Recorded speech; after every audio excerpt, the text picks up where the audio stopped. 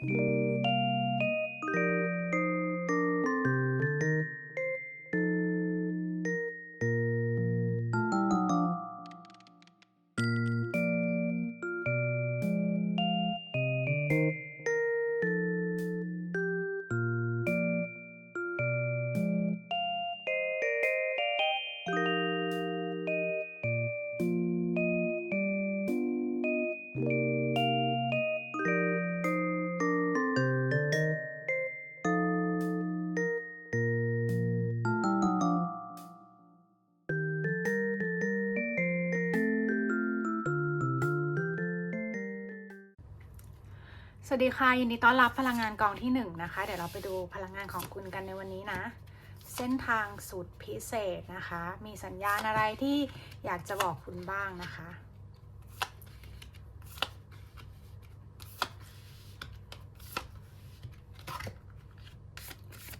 ขอดูลัคนาราศีนะคะของคุณ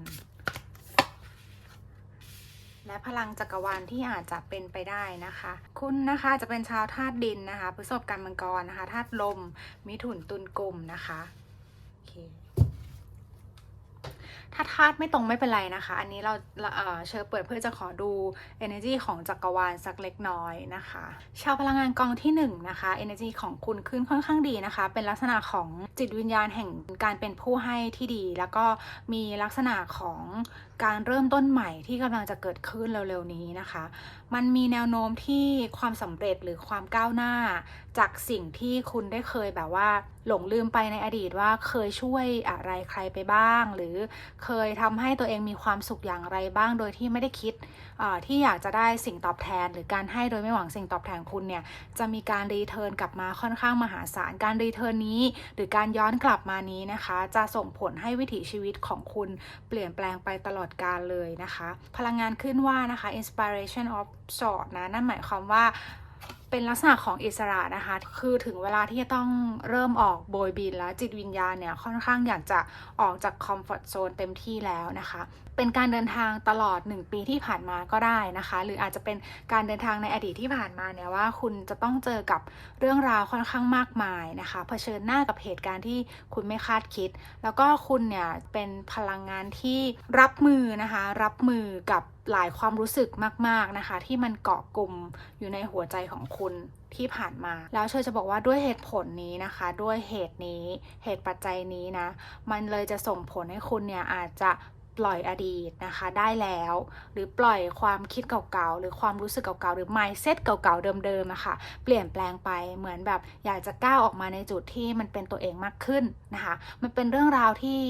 ตัวตนพลังงานของคุณเนี่ยมันพร้อมที่จะทิ้งเรื่องราวเดิมๆไว้ข้างหลังและมุ่งหน้าสู่การเดินทางใหม่ๆแล้วที่กำลังจะมาถึงก็คือตรงนี้นะคะ Ace of Wands ตรงนี้ค่อนข้างชัดเจนนะคุณพร้อมแล้วคุณก็มั่นใจในตัวเองมากดูหน้านะคะมั่นใจมากแล้วตอนนี้คือค่อนข้างมีพลังงานที่พร้อมแล้วนะคะสิ่งที่เชื่อเห็นอีกก็คือว่าหลังจากนี้นะคะสัญญาณเนี่ยนอกเหนือจากที่คุณจะต้องแบบยังไงคุณก็ต้องเตรียมพร้อมตัวเองเพื่อที่จะเริ่มต้นชีวิตใหม่นะคะหรือเริ่มต้นสิ่งใหม่ๆงานใหม่ที่ใหม่ๆสถานที่ใหม่ๆอะไรก็ตามที่เป็นวิถีชีวิตใหม่ๆที่เปลี่ยนแปลงไปจากเดิมแบบโดยสิ้นเชิงนะคะสิ่งที่เชื่อเห็นใน energy กองนี้นะคะก็คือมันเป็นเหมือนกับว่าที่ผ่านมาเนี่ยกว่าจะไปถึงเป้าหมายเนี่ยค่อนข้างแบบ มีการต่อสู้มากพอสมควรนะคะแต่ว่าความสุขในอนาคตข้างหน้าเนี่ยรออยู่เทพของ God the King of Heaven นะคะก็คือเป็น Ace of Cups นะคะเป็นความสุขทางจิตวิญญาณทางความรู้สึกที่เกิดขึ้นสิ่งดีๆหรือสิ่งที่เคยเป็นความสุขในอดีตเนี่ยมันคล้ายๆกับว่าจะส่งหรือผลักดันให้คุณ move on นะคะไปข้างหน้าไม่ว่าจะเป็นจากเรื่องอะไรก็ตามการ move on จะเกิดขึ้นและการ move on สำเร็จแล้วไปเจอสิ่งที่ดีกว่าจะเกิดขึ้นด้วยความมั่นใจของคุณในตรงนี้นะคะเป็น energy ที่เหมือนกับได้รับแรงบันดาลใจอะไรบางสิ่งบางอย่างนะคะได้รับความรักหรือได้รับแสงสว่างอะไรบางอย่างจากมิตรสหายหรือกัลยาณมิตรดีๆนะคะคือมันส่งผลต่อยอดทางด้านจิตวิญญาณของคุณคือคุณอาจจะได้เจอคนที่มีลักษณะนิสัยคล้ายๆกันแล้วแบบเหมือนคุยกันและเข้าใจนะคะอันนี้ในแง่มุมทั้งเพื่อนนะคะทั้ง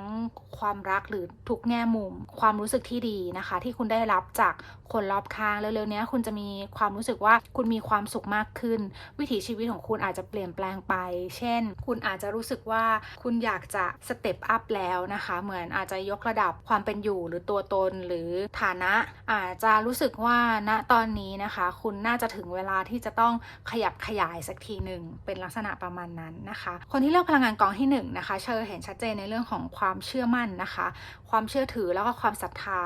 นะกับสิ่งศักดิ์สิทธิ์สิ่งรอบข้างที่เป็นไปในทิศทางบวกหรืออาจจะเป็นคนที่มีแรงดึงดูดหรือฝึกในเรื่องของแรงดึงดูดกดแรงดึงดูดหรือมีการศึกษาหาความรู้เพิ่มเติมแล้วส่งผลให้คุณมีความเชื่อมั่นมากขึ้นเป็นพลังงานที่คุณให้อภัยตัวเองแบบ100%นะคะมันเหมือนกับว่ามันเป็นอาการที่คุณแบบจะไม่โกรธคุณรู้สึกว่าคุณมองทะลุไปแล้วอะว่าความโกรธมันกัดกินหัวใจมันเป็นที่มาของความรู้สึกต่างๆที่จะทำให้คุณอาจจะตัดสินใจผิดคิดผิดอะไรแบบหรือการตัดสินใจที่มันเคยผิดพลาดนะคะตอนนี้คุณจะจัดการกับมันได้อย่างค่อยเป็นค่อยไปและโฟกัสกับสิ่งที่มีคุณค่ากับชีวิตของคุณจริงๆได้แล้วเห็นไหมคุณมีการโฟกัสมากขึ้นอาจจะยอมแบบเดินจากสิ่งที่เรายังรู้สึกว่าแบบ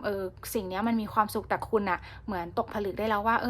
มันน่าจะมีอะไรที่ดีกว่านี้หรือน่าจะเป็นการตัดสินใจที่ดีที่สุดแล้วที่คุณทำแบบนี้คุณอาจจะรู้สึกว่าอยากจะโฟกัสกับสิ่งที่มีคุณค่ากับชีวิตของคุณจริงๆถ้าสมมุติว่าคุณมีปัญหาเรื่องความรักอยู่ก่อนหน้านี้นะคะคุณอาจจะรู้สึกว่า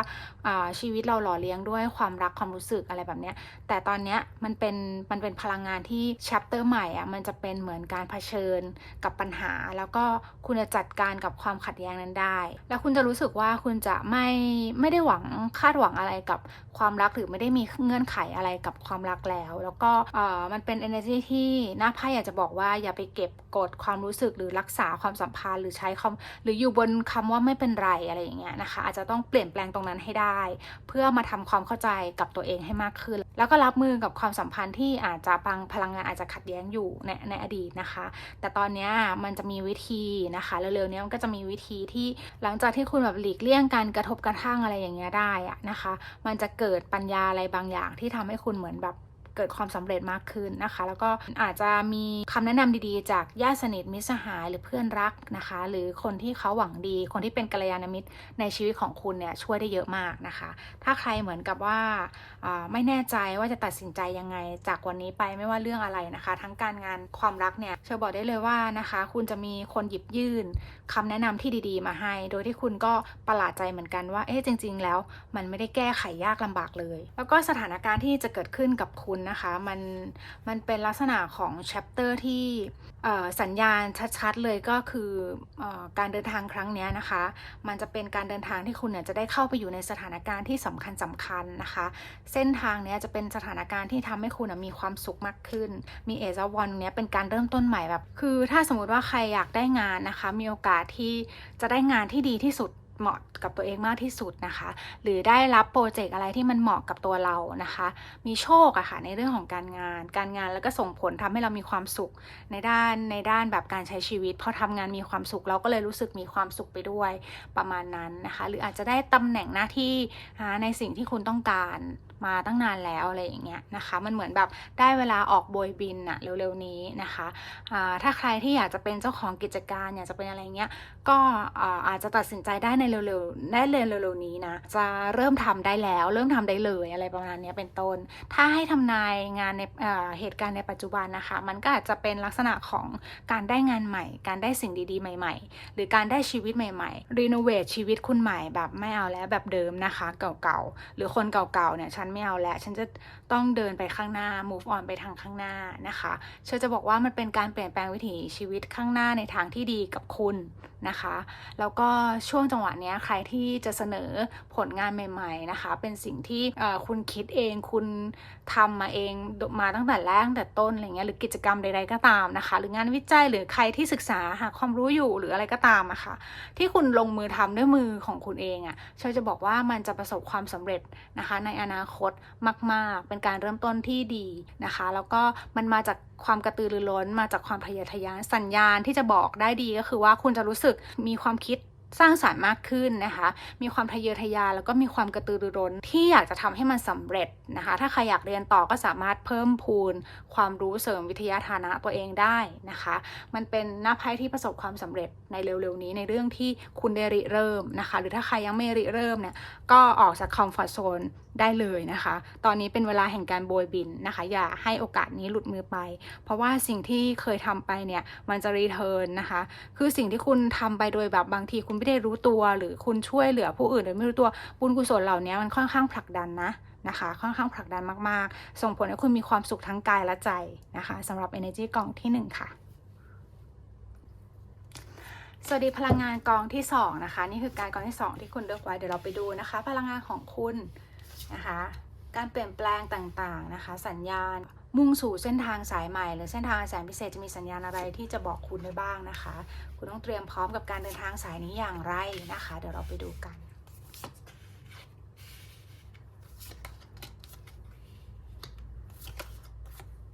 คุณได้ The Stress และ 8 ไม้ด้วยนะคะ Energy ขึ้นชัดเลยนะว่ามี Energy ทำทันทีขึ้น Energy การพัฒนาสกิลที่สูงส่งขึ้นนะคะกองนี้นะจิตวิญญาณเป็นคนที่มีความรู้ความสามารถมากๆเลยนะ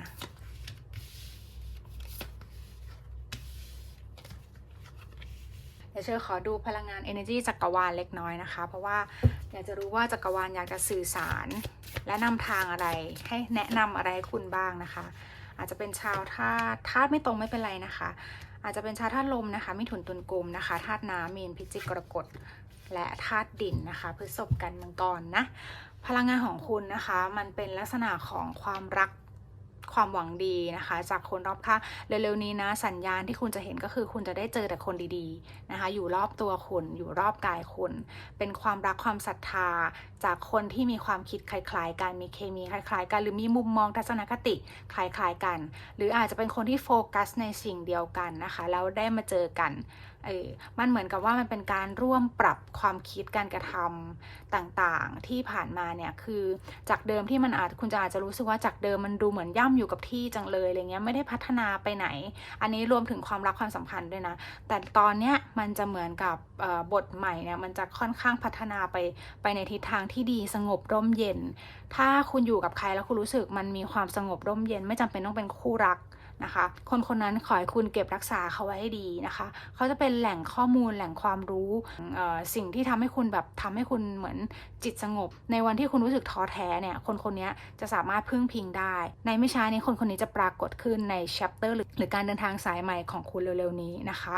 เชิญมองว่านะคะรอบตัวคุณในไม่ช้านี้นะคะจะมีคนทำให้คุณเนี่ยรู้สึกแข็งแกร่งมากขึ้นไม่ว่าจะบวกหรือลบไม่ว่าคนนั้นหรือสังคมนั้นๆนะคะจะท็อกซิกกับคุณหรือจะเป็นสังคมที่เป็นพลังงานบวกกับคุณไม่ว่าจะสังคมแบบไหนก็ตามจะส่งเสริมนะคะเสริมสร้างพลังงานจิตวิญญาณของคุณให้ค่อนข้างแข็งแกร่งนะคะในทิศทางของสิ่งศักดิ์สิทธิ์หรือสิ่งที่คอยหนุนนำหรือบางสิ่งบางอย่างที่เป็นพลังงานรอบตัวที่มองไม่เห็นเนี่ยจะปกป้องนะคะจะปกป้องในสิ่งที่เหมือนทำให้ศัตรูอ่อนน้อมยอมเป็นมิตรนะคะหรืออันตรายเข้าไม่ถึงตัวคุณประมาณนั้นคุณจะรู้สึกแบบมีเฟลบ้างมีท้อบ้างในเส้นทางสายใหม่แต่สุดท้ายนะคุณจะพบทางออกแบบรวดเร็วมากกว่าเดิมมากกว่าในอดีตที่ผ่านมาอย่างแน่นอนเพราะว่ามีตัว The Strength กับ8 ไม้นะมันค่อนข้างเป็นจุดที่ ที่จะได้พัฒนาไปอย่างรวดเร็วเติมเต็มในสิ่งที่ขาดหายไปสิ่งที่คุณท้อสิ่งที่คุณรู้สึกว่าทำไมถึงเกิดเรื่องแบบนี้กับฉันอะไรเงี้ยคือบางทีเราอาจจะโฟกัสที่ปลายทางมากเกินไปหรือเราอาจจะตั้งคำถามกับตัวเองมากเกินไปว่าทำไมเรายังไม่ถึงเป้าหมายสักทีมันเลยทำให้คุณเนี่ยอาจจะมองไม่เห็นว่าระหว่างทางเราได้ทำอะไรไปแล้วบ้างจะมีคนเหล่านั้นอะเกิดขึ้นแล้วมาบอกคุณว่าคุณทำอันนี้ไปแล้วนะมันเลยทำให้คุณเหมือนได้สติมากขึ้นแล้วทำให้คุณรู้สึกว่าโอเคฉันรู้แล้วนะคะว่าฉันควรจะทำยังไงดีประมาณนั้นเชื่อมองว่าหน้าไพ่กองนี้พยายามอยากจะให้คุณเนี่ยเรียนรู้ความสำเร็จนะคะแบบไม่รีบร้อนเรียนรู้ที่จะใช้ชีวิตและประสบความสำเร็จแบบไม่รีบร้อนนะคะมันเหมือนแบบมันจะเป็นช่วงเวลาที่สุกงอมพอดีสำหรับคุณอะในแชปเตอร์ใหม่นี้แต่คุณต้องอดทนนะคะอย่าให้ความเศร้าหรือความท้อนะคะหรือไปโฟกัสผิดจุดเนี่ยมาบดบังสิ่งที่จะทำให้คุณไปสู่เส้นทางที่ประสบความสำเร็จนะคะเชื่อมองแบบนั้นหน้าไพ่กองเนี้ยมันมีทั้งความอบอุ่นความร่มเย็นที่จะเกิดขึ้นความรู้นะคะมากมายเลยที่รอให้คุณได้ศึกษาหาทำนะคะสิ่งต่างๆมากมายที่คุณอยากจะเรียนรู้เร็วๆนี้คุณจะรู้สึกตื่นตัวและรู้สึกแบบอยากใช้ชีวิตกับสังคมมากขึ้นถ้าใครที่เหมือนกับชอบกับการอยู่คนเดียวหรือติดกับการคิดคนเดียวทำอะไรคนเดียวเนี่ยในช่วงจังหวะหลังจากที่คุณเจอพลังงานนี้มีแนวโน้มนะคะว่าจิตวิญญาณของคุณสัญชาตญาณของคุณเนี่ยรู้สึกว่า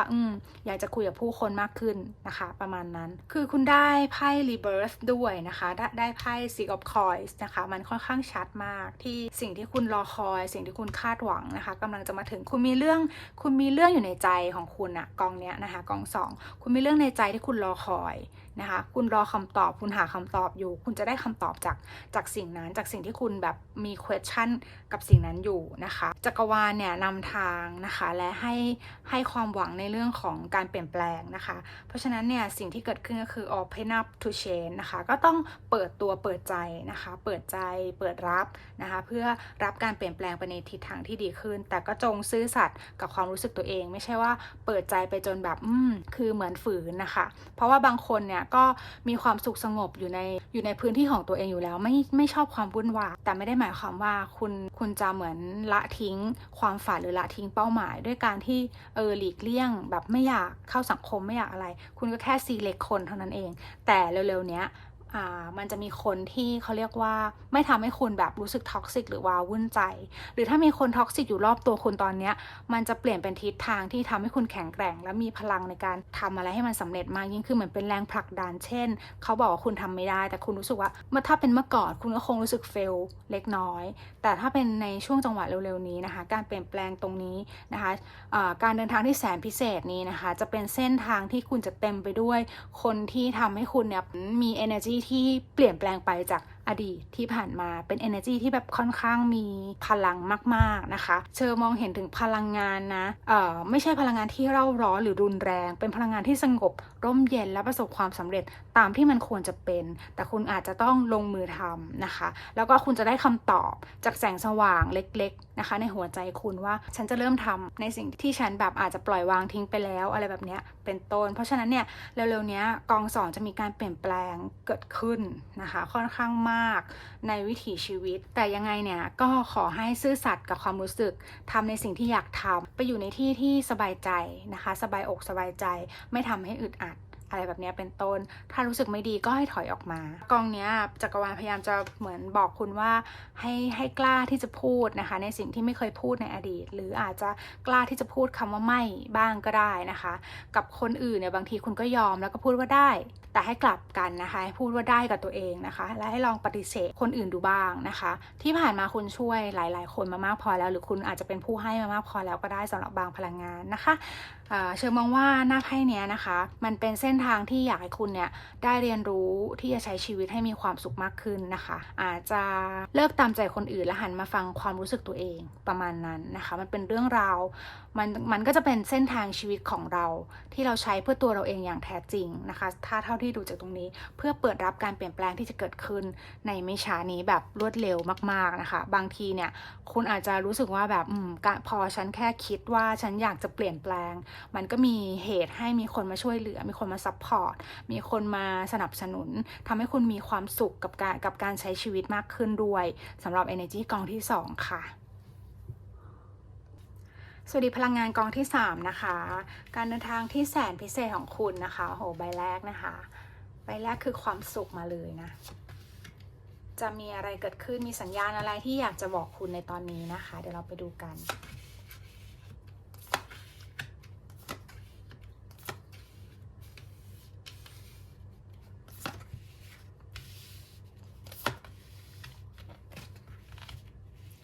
เดี๋ยวเชิญขอดูพลังงานของจักรวาลนะคะที่อยากจะบอกใบ้คุณสักนิดนึงนะคะว่าคุณต้องเตรียมพร้อมอะไรบ้างนะคะหรือเป็นคำแนะนำยังไงบ้าง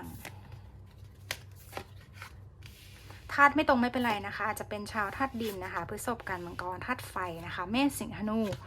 ธาตุดินนะคะเส้นทางการเดินทางที่แสนพิเศษของกอง3นะคะเส้นทางของคุณที่จะเกิดขึ้นเร็วๆนี้มีสัญญาณนะคะบอกว่าให้คุณหลีกเลี่ยงความขัดแย้งใดๆก็ตามคุณจะได้คือเหมือนอย่าเอาพิมพ์เสนไปแลกกับเกลือนะคะเพราะว่าพลังงานของคุณเนี่ยเป็นพลังงานความสุขที่รออยู่มันอาจจะเป็นความอ่อนโยนที่คุณจะได้รับนะคะคุณอาจจะช่วงเร็วๆนี้มันอาจจะมีความรู้สึกว่าอ่อนไหวหรือสนใจความรู้สึกคนอื่นเป็นพิเศษนะคะมันเป็นพลังงานที่มีไพ่ความรักขึ้นวีนัสนะคะก็อาจจะเป็นลักษณะของคุณอาจจะมีความสุขทางใจกับใครบางคนก็ได้นะคะหรืออาจจะได้เจอคนที่ถูกใจเป็นรักแรกพบของคุณเป็นความสุขเป็นความรักที่สุดซึ้งของคุณหรือคุณอาจจะได้ของขวัญนะคะที่คุณรู้สึกปรับปลื้มประทับใจแล้วก็แฮปปี้อิ่มเอมกับสิ่งที่คุณได้รับมานะคะแต่สิ่งที่คุณได้รับมามันก็ก่อกำเนิดทำให้คุณรู้สึกว่าที่ผ่านมาเนี่ยทำไมไม่รักตัวเองให้มากกว่านี้นะอะไรแบบนี้เป็นต้นอาจจะมีความรู้สึกน้อยๆเล็กน้อยที่รู้สึกเสียดายเวลานั่นแหละนะคะแต่ว่าความสุขรออยู่ไม่เป็นไรนะคะคือมันเป็นก้าวแรกของการพัฒนานะคะมันอาจจะต้องเริ่มจากการยอมรับนะคะตัวตนของตัวเองให้ได้นะคะในที่ผ่านมาคุณอาจจะรู้สึกว่าตัวเราเนี่ยมันมีความบกพร่องเหมือนกันอะไรแบบนี้เพราะฉะนั้นเนี่ยถ้าคุณยอมรับตรงนี้ได้แล้วสำหรับพลังงานใดๆก็ตามที่เข้ามาดูในกองนี้มันจะเต็มเปลี่ยนไปด้วยพลังของความพร้อมนะคะที่คุณอาจจะต้องเผชิญกับความท้าทายในเร็วๆนี้นะคะใครก็ตามที่มีปัญหาอะไรอยู่ก็ตามมีความขัดแย้งอะไรเกิดขึ้นมีความสับสนอะไรเกิดขึ้นไม่ว่าจะเป็นความรักความสัมพันธ์คนที่ทำงานหรืออาการท็อกซิกใดๆความท้าทายต่างๆเหล่านี้เส้นทางนี้นะคะจะช่วยให้คุณแก้ไขจุดๆนั้นได้อย่างมีประสิทธิภาพแต่ขอให้คุณเนี่ยปราศจากอคติเท่านั้นเองเชื่อมองว่านะคะความกังวลมันเป็นจุดอ่อนของไพ่กองนี้เล็กน้อยนะคะมันจะคลายออกไปนะคะเนื่องจากว่าคุณจะมีทักษะในการวิเคราะห์และเปลี่ยนแปลงสิ่งที่คุณกังวลอะไรอย่างเงี้ยคืออาจจะเรียนรู้มามากพอแล้วอยากให้ตัวเองมีความสุขเสียทีอะไรแบบนี้หรือไปเจอในบางสิ่งบางอย่างที่มันสะกิดใจว่าเฮ้ยฉันต้องรู้สึกมีความสุขได้แล้วหรือมีดาวกระตุ้นอะไรบางดาวบางดวงที่เป็นดาวอาจจะเป็นดาวศุกร์นะคะเพราะวีนัสคือมันเป็นบีเลิฟอะมันเป็นสิ่งที่คุณรักความรักที่เกิดขึ้นมาในใจอะอาจจะเป็นรักงานที่ทำคุณจะมีความรักเกิดขึ้นเอางี้ละกันนะคะคุณจะมีความรักเกิดขึ้นแต่ว่าความรักที่เกิดขึ้นเนี้ยมันได้ทั้งเป็นตัวบุคคลและสิ่งที่ทำหรืองานที่ทำนะคะหรือวิถีชีวิตที่ใช้ก็ได้นะคะแล้วก็มันมีซิกาบอนตรงนี้ด้วยแล้วจะบอกว่ากองนี้กองที่3นะคะความรักที่คุณมอบให้กับตัวเองเนี่ยนะเป็นความรักที่คุณอาจจะต้องฝึกฝนนะคะอันนี้คือการเตรียมพร้อมที่จะเดินเส้นทางบทใหม่นี้เพราะว่าคุณอาจจะหลงไปกับความสุขมากๆเลยเพราะว่ามันจะมีบางสิ่งบางอย่างทำให้คุณอิ่มฟูหัวใจมากๆมันอาจจะต้องหรือเร็วๆนี้คุณอาจจะได้ทำในสิ่งที่คุณไม่เคยทำมาก่อนนะคะหรืออาจจะเรียนรู้ที่จะมีความสุขด้วยตัวเองในวันที่คุณแบบไม่ได้มีใครแล้วมีโอกาสเป็นได้ทั้ง2 อย่างนะคะอยากจะบอกว่าสิ่งที่จักรวาลอยากจะให้คุณเตรียมพร้อมหรือเชื่อใจจักรวาลนะคะก็คือว่าขอให้รู้เถอะว่าการใช้ชีวิตของคุณเนี่ยมันใช้ชีวิตมาเป็นอย่างดีแล้วนะคะถ้าคุณบอกว่าคุณหันกลับมารักตัวเองแล้วเนี่ยจักรวาลก็คุณทำถูกแล้วนะอะไรอย่างนี้นะคะแล้วก็สเต็ปต่อไปเนี่ยคุณจะมีพลังมากๆ step into your power ก็คือจัดเต็มไปเลยกับความรู้สึกที่เกิดขึ้นนะคะไม่ว่าคุณจะรู้สึกยังไงก็ตามมันจะเป็นล้วนเป็นพลังบวกทั้งนั้นในเร็วๆนี้มีไพ่แห่งการตัดสินใจเกิดขึ้นมีไพ่สัญญาณของ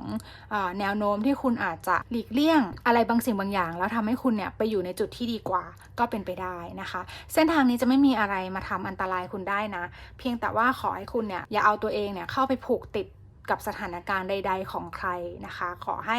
มั่นใจว่าสิ่งที่ทำมาสิ่งที่เพียรพยายามมาเนี่ยใกล้ถึงความสำเร็จแล้วนะคะตอนนี้ไม่ว่าอะไรก็ตามจะเกิดขึ้นกับคุณนะคะคุณจะเป็นผู้ที่ได้รับชัยชนะสุดท้ายจักรวาลอยากจะบอกนะคะว่า be proud yourself นะคะจักรวาลภูมิใจกับคุณมากนะคะแล้วก็เร็วๆนี้คุณจะรู้สึกภูมิใจในตัวเองกับสิ่งที่คุณทำมาทั้งหมดเชื่อบอกเลยว่านะคะมันเป็นลักษณะของการปลดปล่อยพันธนาการอะไรบางอย่างหรือปลดปล่อยความขัดแย้งความสับสน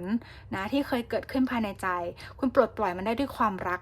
มากๆมันเป็นความรักที่คุณให้กับตัวเองมากขึ้นเร็วๆนี้นะคะนี่คือเส้นทางบทใหม่เส้นทางสายใหม่ที่ค่อนข้างพิเศษสำหรับคุณในด้านความรู้สึกมากจริงๆสำหรับกองที่3เชื่อบอกเลยว่าถ้าใครนะคะกำลังรอความรักอยู่นะเพราะว่าไพ่ความรักขึ้นค่อนข้างเยอะไม่พูดก็ไม่ได้หน้าไพ่มันชัดเหลือเกินนะคะถ้าใครรอความรักอยู่เนี่ยคุณจะพบความสุขนะคะคุณจะเหมือนกับว่ารู้สึกได้ว่าคุณกำลังรอคอยอะไรบางสิ่งบางอย่างนานเพียงไหนไม่สำคัญแต่คุณรู้สึกว่าขอให้เจอแล้วกันแต่ไพ่สัญญาณขึ้นก็แสดงว่ามีโอกาสได้เจอเร็วๆนี้แต่ว่าไพ่มีไฟออฟสอร์ดขึ้น2 ใบแสดงว่าคุณจะต้องรักตัวเองให้มากขึ้นคุณจะต้องเห็นคุณค่าของตัวเองให้มากขึ้นนะคะคุณอาจจะเป็นคนที่ยอมมาในอดีตนะคะเชื่อคิดว่าก่อนหน้านี้นะคะหรือในเร็วๆนี้มันอาจจะมีเรื่องอะไรบางสิ่งบางอย่างที่ทำให้คุณแบบกลายเป็นคนดื้อขึ้นมากับบางเรื่องบางราวแล้วก็อยากจะเอาชนะกับบางสิ่งบางอย่างนะคะมันเลยทำให้คุณรู้สึกว่ากังวลเล็กน้อยว่า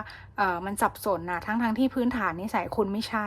พื้นฐานนิสัยคุณเป็นคนที่อยากจะมีความสุขอยากจะรักตัวเองอยากจะฟังเสียงหัวใจตัวเองมากกว่าที่จะแบบไปฟังเสียงคนอื่นหรืออาจจะมีคนมายุ่งวุ่นวายกับชีวิตคุณมากเกินไปก็ได้ในที่ผ่านมาอะไรเป็นประมาณนี้นะยกตัวอย่างนะคะแต่ว่าการเลือกเนี่ยมันต้องมาจากความต้องการของเราจริงๆนะคะคุณต้องหนักแน่นในความคิดของตัวเองฟังเสียงหัวใจตัวเองนะคะแล้วคุณจะได้คำตอบว่าคุณต้องการอะไรกันแน่นะคะในเส้นทางชีวิตของคุณเนี่ยอาจจะมีถนนมากมายหลายสายให้เลือกเลยนะสำหรับกองนี้มันมีทางแยกบ้างมันมีซ้ายหรือขวาหรือบทเรียนสำคัญที่คุณต้องเรียนรู้นะเพราะฉะนั้นเนี่ยไม่มีถูกแล้วก็ไม่มีผิดนะคะกองนี้สุดท้ายคุณจะไม่ว่าคุณจะตัดสินใจอะไรเนี่ยที่มาจากจิตวิญญาณภายในของคุณเนี่ยมันจะเป็นพลังทำให้คุณรู้สึกว่าคุณภูมิใจในตัวเองมากๆที่ตัดสินใจแบบนี้ลงไปมีความสุขจังเลยอะไรแบบนี้เป็นต้นมีโอกาสได้เจอคนที่รู้สึกอิ่มฟูหัวใจเร็วๆนี้ด้วยนะคะนี่คือการเดินทางสายนี้ของคุณนะคะขอให้คุณมีพลังให้มากๆรักตัวเองมากๆนะคะรอสัญญาณอย่าไปสับสนกับอะไรทั้งสิ้นถ้ารู้สึกมีความสับสนเข้ามาให้หลีกหนีไปหาอะไรทำอย่างอื่นเลยนะคะหรือทำอะไรก็ได้ที่ตัวเองมีความสุขแค่นั้นเลยนะคะมันจะเป็นแสงสว่างที่คุณรู้สึกว่าฉันอยากจะเดินไปตรงนั้นหรือมีพลังมีแพชชั่นมากขึ้นหลายๆคนเนี่ยอาจจะหมดแพชชั่นสำหรับกองนี้นะแต่ตอนเนี้ยเร็วๆเนี้ยมันจะมีบางสิ่งบางอย่างที่เกิดขึ้นกับความรู้สึกของคุณแล้วทำให้แพชชั่นเหล่านั้นนะมันกลับมาทำให้คุณแบบมีพลังอีกครั้งหนึ่งก็ได้นะคะเร็วๆนี้แล้วก็ขอให้เชื่อมั่นในตัวเองนะคะ trust all will be well นะคะสำหรับกองที่3ค่ะสวัสดีพลังงานกองที่4นะคะนี่คือการของคุณนะคะเส้นทางนะคะสายใหม่ของคุณเนี่ยจะเป็นอย่างไรเดี๋ยวเราไปดูกัน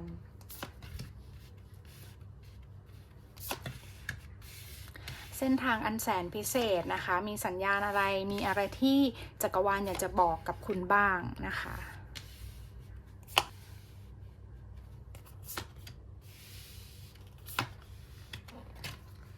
เดี๋ยวเราจะไปดูนะคะ energy ของจักรวาลเล็กน้อยนะคะว่าจักรวาลมีแนวโน้มหรือมีแรงดึงดูดหรือมีแนวทางอะไรให้กับคุณ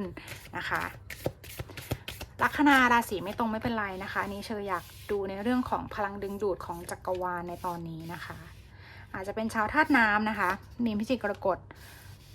ธาตุไฟแม่สิงห์ธนูธาตุลมมิถุนตุลกุมนะคะพลังงานขึ้นนะคะค่อนข้างชัดเจนนะว่าคุณค่อนข้างมีความวิตกในอดีตนะคะแต่ว่าตอนนี้มันเป็นลักษณะของการถึงจุดที่คุณอาจจะเข้าใจตัวเองด้วยความเป็นจริงหรือยอมรับในส่วนที่คุณผิดและเปิดใจมากขึ้นเร็วๆนี้มันอาจจะมีเรื่องมีราวนะคะหรืออาจจะเกิดขึ้นแล้วก็ได้อาจจะเป็นความเครียดความทุกข์ที่คุณแบบอาจจะเหมือนตกเป็นทาสอยู่ในตัวเองอะไรเงี้ยหรือคิดไปเองคิดเยอะคิดมากอะไรเงี้ยนะคะหรือมีคำว่าทำไมเยอะบางพลังอาจทำไมเราถึงทำได้ไม่ดีนะทำไมคนอื่นถึงดีกว่าเราอะไรแบบนี้นะคะยกตัวอย่างเฉยๆนะแต่ว่ากองเนี้ยหน้าไพ่เนี่ยค่อนข้างขึ้นตัวตนเร็วๆเนี้ยเส้นทางสายเนี้ยมันจะเต็มไปด้วยการเข้าใจนะคะการเข้าใจตัวเองเข้าใจความเป็นจริงยอมรับส่วนที่ผิดได้ เปิดใจได้ชื่นชมสิ่งที่สวยงามของตัวเองนะคะเพราะฉะนั้นเนี่ยคนเราทุกคนมีคุณค่าคุณต้องโฟกัสคุณค่าในตัวของคุณเองนะอันนี้คือเป็นธรรมชาติที่จะต้องฝึกฝนเลยนะแล้วก็ welcoming นะคะมี sensible เธอจะบอกเลยว่าวิถีชีวิตนะคะหรือความคิดคุณจะยกระดับมากขึ้นแหละด้วยสิ่งต่างๆหรือด้วยความวิตกหรือด้วยคุณรู้สึกว่าฉันคิดมากไปแล้วนะคะอะไรอย่างเงี้ยหรือมีสิ่งศักดิ์สิทธิ์หรือได้ไปทำบุญเร็วๆนี้อาจจะได้ไปทำบุญอาจจะได้ไปเจอกับมิราเคิลหรือเจอปาฏิหาริย์อะไรบางอย่างหรือมีบางสิ่งบางอย่างที่เกิดขึ้นในชีวิตโดยที่แบบว่าทำให้คุณแบบเหมือนเอะใจว่าอ๋อทุกสิ่งทุกอย่างมันคงแบบมีเหตุและมีผลของมันอะไรแบบนี้เป็นต้นนี่คือสิ่งที่เกิดขึ้นเธอจะบอกว่าไม่ว่าอะไรก็ตามนะคะกองเนี้ยสิ่งที่คุณแบกรับนะคะเร็วๆเนี้ยมันจะถูกวางลงและผ่อนคลายมากขึ้นนี่คือเส้นทางสายใหม่ที่มันจะค่อนข้างละมุนมากขึ้นสมดุลมากขึ้นมีความบาลานซ์นะคะเชอบอกเลยว่าความอดทนเนี่ยเป็นของกองสี่มากๆคุณเป็นคนที่อดทนนะอดทนทั้งข้างในอดทนทั้งความคิดนะอดทนในทุกๆสิ่งทุกอย่างที่มากระทบหรือมาทำร้ายนะคะจนบางทีเนี่ยเกราะป้องกันเนี่ยจะไม่ไหวอยู่แล้วอะไรเงี้ยจักรวาลให้คุณปล่อยวางและให้อภัยนะคะเมื่อคุณปล่อยวางไม่โกรธให้อภัยได้อโหสิกรรมได้คุณจะเจอแสงสว่างที่คุณรู้สึกว่าโอ้โหสิ่งนี้แหละอยากจะเจอมานานแล้วรู้สึกทำไมฉันเก่งทำไมฉันภูมิใจในตัวเองจังเลยอะไรแบบนี้คุณจะมีความรู้สึกเหล่านี้เข้ามาทำให้เส้นทางสายใหม่ของคุณหรือการเดินทางบทใหม่ของคุณเนี่ยมันพิเศษมากๆสำหรับคุณนะคะเร็วๆนี้เพราะว่าคุณจะได้ทำอะไรในสิ่งที่คุณรู้สึกว่าฉันอาจจะทำมันไม่ได้จริงๆก็ได้หรือฉันอาจจะไม่ได้เกิดมาเพื่อสิ่งนี้มันอาจจะเป็นคำถามที่คุณเผลอคิดวนไปวนมาในหัวประมาณนี้มันเลยทำให้บางพลังงานบาง energy รู้สึกแบบท้อแท้แล้วแบบบางคนเกลียดตัวเองไปเลยก็ได้นะคะอันนี้ยกตัวอย่างแบบ worst case ให้ฟังคุณไปลดหลั่นเอาตามพลังงานตามสถานการณ์เพราะฉะนั้นเนี่ยคุณต้องเรียนรู้ที่จะรับมือกับสถานการณ์ก่อนที่มันจะสายเกินไปนะคะหน้าไพ่กล่องเนี้ยมันมีการเชื้อเชิญอะไรบางสิ่งบางอย่างมี invitation นะคะไพ่กองนี้มีการเชื้อเชิญบางสิ่งบางอย่างให้คุณเนี่ยดึงดูดเข้าอาจจะให้คุณดึงดูดเข้ามาดูเพราะคุณมีค่ามากกว่านั้นอะไรแบบนี้เป็นต้นเชอบอกเลยว่านะคะสิ่งที่คุณพินิจพิจารณาอะไรต่างๆเนี่ยสำหรับกองเนี้ยถือว่าเป็นสิ่งที่ดีนะคะเพราะว่าที่ผ่านมาคุณอาจจะตัดสินใจอะไรแบบด่วนเกินไปหรือตัดสินใจด้วยความเกรงใจหรือตัดสินใจด้วยความแบบยังไงก็ได้อะไรเงี้ยแต่จากนี้ไปคุณจะละเอียดรอบคอบมากขึ้นเท่าที่เชอดูเส้นทางสายนี้จะทำให้คุณเนี่ยปลอดภัยนะคะแล้วก็ทำให้คุณรู้สึกสบายใจมากขึ้นคุณอาจจะรู้สึกว่าเป็นครั้งแรกเลยนะที่ฉันเนี่ยได้ทำในสิ่งที่ฉันรักและเข้าใจตัวเองด้วยความเป็นจริงๆเชื่อมองว่ากองเนี้ยมีโอกาสมีแนวโน้มนะคะที่จะเรียนรู้เส้นทางเนี้ยด้วยการที่มีความสุขกับตัวเองคุณรู้ว่าการมีความสุขกับตัวเองมันไม่ใช่เรื่องง่ายสำหรับคุณนะถ้าดูจากหน้าไพ่ตรงเนี้ยไม่ใช่เรื่องง่ายเพราะมี9 ดาบเห็นไหมไม่ใช่เรื่องง่ายจริงๆแต่คุณรู้สึกว่าถ้าฉันทำได้เนี่ยมันจะเป็นรางวัลก้อนใหญ่แก่ชีวิตคุณเลยแม้โลกใบนี้ความจริงมันอาจจะมีเจ็บปวดนะคะอาจจะมีหลายๆพลังงานที่แบบว่าไม่เอาแบบอยากวิ่งหนีไปแล้วไม่อยากอะไรแล้วมันโหดร้ายเกินไปอะไรอย่างเงี้ยแต่เชอคิดว่าถ้าคุณเอาชนะหรือฝ่าฟันมันได้ด้วยจิตวิญญาณที่มีเป้าหมายเลยการให้อภัยนะคะแล้วก็การโหสิกรรมอะไรต่างๆที่ทำให้คุณรู้สึกวุ่นวายใจขุ่นเคืองใจใครก็ตามที่มาทำให้คุณเคืองใจอะไรอย่างเงี้ยแล้วคุณให้อภัยเขาได้หรือให้อภัยกับตัวเองได้ก็เถอะนะคะมันจะทำให้คุณมีความสุขแบบมหาศาลมโหฬารในเส้นทางนี้คือเธอจะบอกเลยว่าถ้าคุณเนี่ยเหมือนปล่อยวางอะไรได้หลายๆอย่างแล้วกลับมารักตัวเองแล้วกลับมาบาลานซ์ตัวเองคือทำตัวเองให้สมดุลถ่วงดุลให้ดีเนี่ยมันจะมีการเปลี่ยนแปลงคือสายลมจะพัดพาคุณไปอยู่ในจุดที่ดีกว่าเสมอแน่นอนเพราะมีแฮงแมนตรงนี้นะคะแต่ถ้าคุณยังเครียดวิตกกังวลคิดมากเนี่ยไพ่แนะนำว่า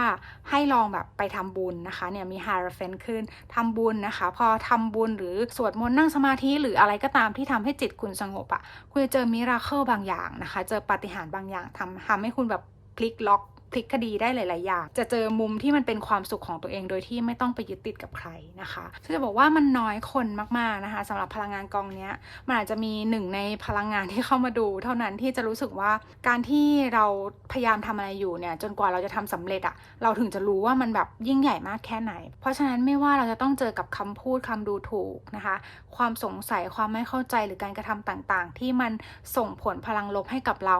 ขอให้เชื่อไว้เถอะนะคะว่าการให้ อภัยคือการดีที่สุดสำหรับกองนี้นะคุณจะเข้าใจต้นทุนของความพยายามเพื่อที่จะรับมือกับสิ่งที่คุณต้องจ่ายออกไปนะคะในการเดินทางสู่ความสำเร็จสำหรับ Energy กอง4นะคะไม่ว่ายังไงก็ตามนะคะเส้นทางที่คุณจะเจอในเร็วๆนี้มันจะเป็นเส้นทางที่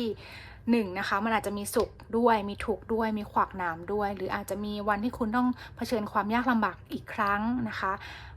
แต่มันจะเป็นเส้นทางแสนพิเศษได้ยังไงหรือมีสัญญาณอะไรที่จะบอกให้คุณทำอย่างไรหรือระมัดระวังอย่างไรอะไรอย่างเงี้ยนั่นคือความมั่นคงและสติในภายในของคุณนะคะจงเชื่อเถอะว่าคุณมีคุณค่ากว่าสิ่งที่คนอื่นมองอย่างแน่นอนสิ่งที่คุณแบกรับอะไรทุกๆสิ่งทุกๆอย่างเนี่ยคุณแบกรับมันเยอะเนี่ย extra responsibilities นะคะมันเยอะอะมันเกินกว่าที่คนคนหนึ่งจะต้องมารับผิดชอบอะไรเงี้ยก็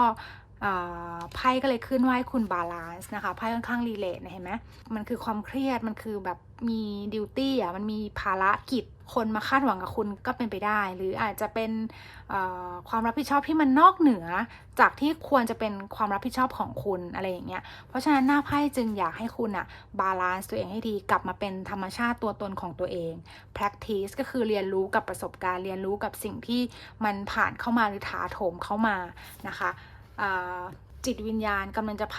นำพาส่งคุณไปในจุดที่มันดีกว่าเป็นจุด turning point ที่ดีให้บอกกับตัวเองเสมอนะคะว่าคุณเนี่ยผ่านมันไปได้แล้วจะก้าวต่อไปถ้ามันเหนื่อยมากๆให้พักข้างทางชีวิตไม่ได้มีกฎอะไรที่ตายตัวคุณไม่จำเป็นต้องไปฝืนมันนะคะแล้วคุณจะพบกับความสุขในสิ่งที่คุณเลือกอย่างแน่นอนการให้อภัยมีความสำคัญสำหรับกองนี้นะคะแต่ถ้าใครบอกว่าไม่เคยคิดถือโทษโกรธใครเลยอโหสิกรรมให้หมดแล้วคุณจะเจอแสงสว่างนะคะไลท์นับตรงนี้นะคะมันจะทำให้คุณตื่นรู้อะไรบางอย่างแล้วส่งผลทำให้คุณไปเจอความสุขนะกอง4เนี่ยอาจจะอยู่ในช่วงจังหวะที่ยังไม่ได้เข้าสู่เส้นทางสายใหม่ซะทีเดียวนะถ้าดูจากพลังงานอาจจะเป็นพลังงานที่อาจจะต้องต่อสู้กับตัวเองบ้างต่อสู้กับคนรอบข้างความท็อกซิกใดๆที่เกิดขึ้นเธอคิดว่าเธอจะขอเป็นกำลังใจให้ละกันนะคะเพราะว่าหน้าไพ่เชิญคุณมาตรงนี้แล้วมีอินวิเทชันจักรวาลใหญ่คุณเนี่ยเหมือนก้าวข้ามผ่านตรงนี้ไปได้เร็วๆนะคะเพื่อที่จะไปเจอความสุขที่เป็นแสงสว่างของคุณในบางทีคุณอาจจะนึกว่าคุณเดินมาไกลแล้วแต่ว่ามันอาจจะเป็นเส้นทางชีวิตที่คุณอาจจะต้องเมื่อผ่านจุดนี้ไปแล้วคุณอาจจะไปเจอสิ่งที่คุณตั้งเป้าหมายไว้ก็ได้นะคะแล้วก็เชื่อคิดว่ามันน่าจะพอเพียงกับความสำเร็จและความสุขที่คุณจะได้รับนะเพราะว่าคุณผ่านอะไรมาเยอะมากเลยทีเดียวนะคะสำหรับ Energy กองที่4ค่ะ